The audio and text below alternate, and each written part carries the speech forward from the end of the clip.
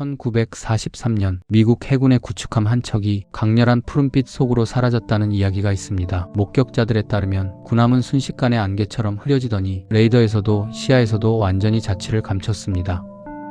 그리고 몇 분 뒤 USS 엘드리지는 다시 모습을 드러냈습니다. 하지만 그 군함은 더 이상 원래의 군함이 아니었습니다. 주 돛대 안테나는 고열에 녹아내린 것처럼 휘어져 있었고 선실 내부에는 차마 눈뜨고 보기 어려운 광경이 펼쳐져 있었다고 합니다. 승조원들은 숫덩이처럼 타버려 있었고 어떤 시신은 벽에 박힌 채 발견되었으며 일부는 살아있었지만 정신이 완전히 붕괴된 상태였다고 전해집니다. 이 실험에는 한 과학자의 기술이 사용되었다는 소문이 한간에 떠돌았습니다.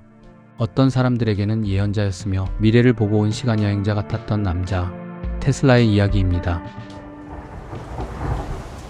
1856년 7월 10일, 당시 오스트리아 제국령이었던 오늘날 크로아티아의 작은 시골 마을, 거센 폭풍우가 몰아치던 밤 한 아이가 태어났습니다. 하늘에서는 번개가 미친 듯이 내리쳤고 산파는 불길하다는 듯이 이렇게 말했다고 합니다. 이 아이는 어둠의 아이가 될 거예요.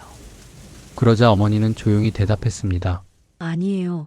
이 아이는 빛의 아이가 될 거예요. 테슬라는 어릴 때부터 평범하지 않았습니다. 그는 책 한 권을 통째로 외우는 수준의 기억력을 가지고 있었고 머릿속에서 복잡한 기계를 완벽하게 시뮬레이션할 수 있었다고 합니다. 그는 머릿속에서 먼저 기계를 만들고 작동시키고 고장까지 확인했습니다. 그리고 나서 현실에 구현했습니다. 훗날 그는 이렇게 말합니다. 나는 종이에 설계도를 거의 그리지 않았다. 모든 것은 이미 머릿속에 있었다. 1884년 28세의 테슬라는 거대한 꿈을 안고 미국으로 향합니다. 당시 미국은 전기의 시대가 막 시작되던 시기였습니다. 그리고 그 중심에는 한 남자가 있었습니다. 발명왕이라 불리던 남자, 토머스 에디슨.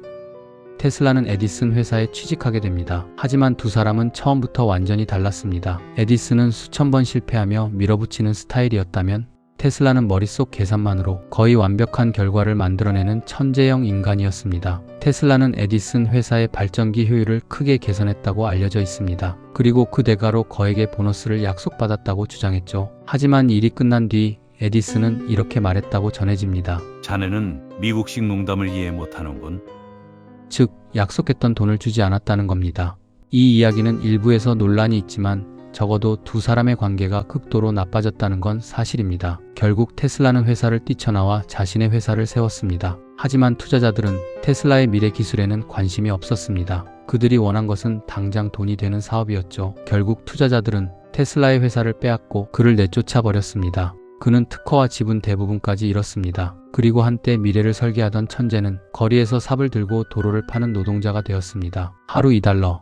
그것이 당시 테슬라의 삶이었습니다. 어느 날 공사 감독관 한 명이 우연히 그의 재능을 알아보고 투자자 A.K. 브라운에게 그를 소개합니다. 미래가 다시 한번 그를 원래 궤도로 밀어 올리고 있었습니다. 브라운은 테슬라의 이론이 비범함을 알아보고 그의 교류유도 전동기를 완성할 수 있도록 연구실을 따로 마련해 주었습니다. 당시 에디슨은 직류 전기, 즉 DC 방식을 사용하고 있었습니다. 하지만 직류는 큰 문제가 있었습니다. 멀리 보내기 어려웠던 것입니다. 반면 테슬라가 주장한 교류 전기 AC 방식은 전압 변환이 가능했기 때문에 장거리 송전에 훨씬 유리했습니다. 테슬라는 확신하고 있었습니다. 미래는 교류가 될 것입니다.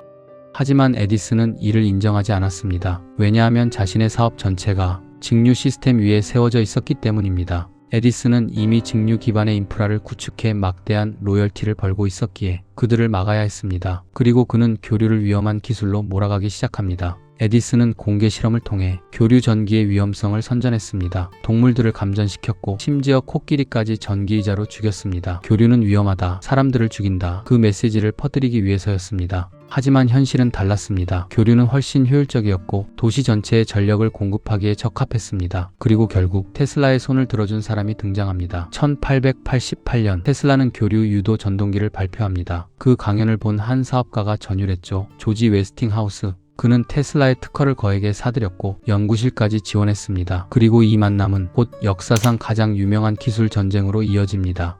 1893년 시카고 세계 박람회. 누가 박람회 전체에 전기를 공급할 것인가? 에디슨의 직류와 테슬라의 교류. 당시 사람들은 어떤 방식이 미래를 지배할지 지켜보고 있었습니다. 이건 단순한 계약이 아니라 미래의 표준이 무엇이 될 것인가를 결정하는 상징 같은 싸움이었죠. 박람회의 결과는 테슬라와 웨스팅하우스의 압승이었습니다. 테슬라와 웨스팅하우스의 교류 시스템이 박람회 전체를 밝혔습니다. 교류 시스템 자체의 압도적인 비용 절감, 대규모로 공급 가능한 전력을 증명하며 그들은 계약에 성공할 수 있었습니다. 당시 에디슨이 교류 시스템에 비해 2배 이상 비싼 입찰가를 제시한 것도 원인이 되었습니다. 결국 교류 시스템은 박람회 전시관에 안전하게 전기를 공급하며 대중의 두려움을 불식시켰습니다. 교류 전기로 계약을 따낸 후 두 사람은 역사적인 프로젝트를 시작합니다. 바로 나이아가라 폭포 수력 발전 프로젝트였습니다. 당시 사람들은 비웃었습니다. 폭포의 힘으로 도시를 밝힌다고?